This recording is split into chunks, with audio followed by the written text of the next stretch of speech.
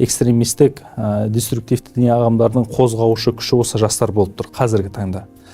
Неге? Себебі қазіргі жастар әлеуметтік жағдайына байланысты, психология жағдайына байланысты, білім деңгейіне байланысты, отбасылық құндылықтары, жалпы қоғамның көріп жатқан мәселелеріне байланысты әртүрлі күйзелісте болғаннан кейін осы арбауларға тез еріп кетіп жатады. Мысалға айтатын болсақ, біз өзіміз күнделікті өмірде көріп жүрген уақытта осы Қызылорда өңірінің бір мектеп оқушысы әлеуметтік желіде өзінің бейтаныс адамдарының уағыздарын тыңдап бастаған, кейіннен өздері онлайн қазір ойындар бар ғой, білесіздер ғой, сол онлайн ойындарды ойнап жатқан кезде чатта бір басқа ұлт өкілдерімен сөзге келіп қалып жатқан, кейіннен ол оның видеоларының астына әртүрлі комментарийлер өзінің пікірін жазған.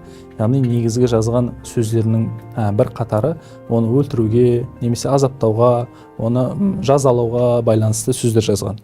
Біз ол жігітпен кейін жеке кездесу өткіздік. Қателеспесем 8-9 сынып оқушысы болатын.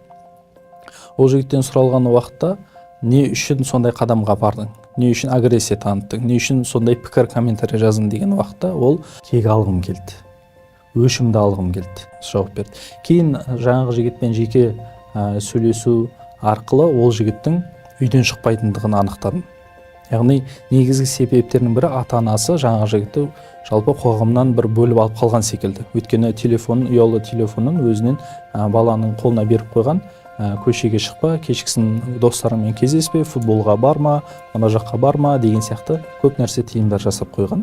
Бала күнделікті азаннан кешке дейін өзінің үйінде, виртуалды әлемінде отыр. Переходной возраст деп айтып жатамыз ғой, өзі жастың өзін таппай жүрген уақытында баланы бір бөлмеге шектеп қоюға болмайды. Ол баланың өзінің сөзінде ағамен баяғы көшедегі достарымен, көршілермен футбол ойнайтын күнде сағынам дейді. Өзінің сөзінде айтып жатыр.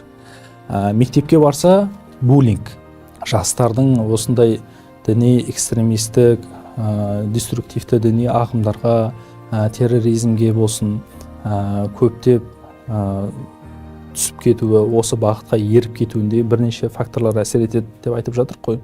Соның бірі жаңағы отбасы институтының дұрыс құрылмауында.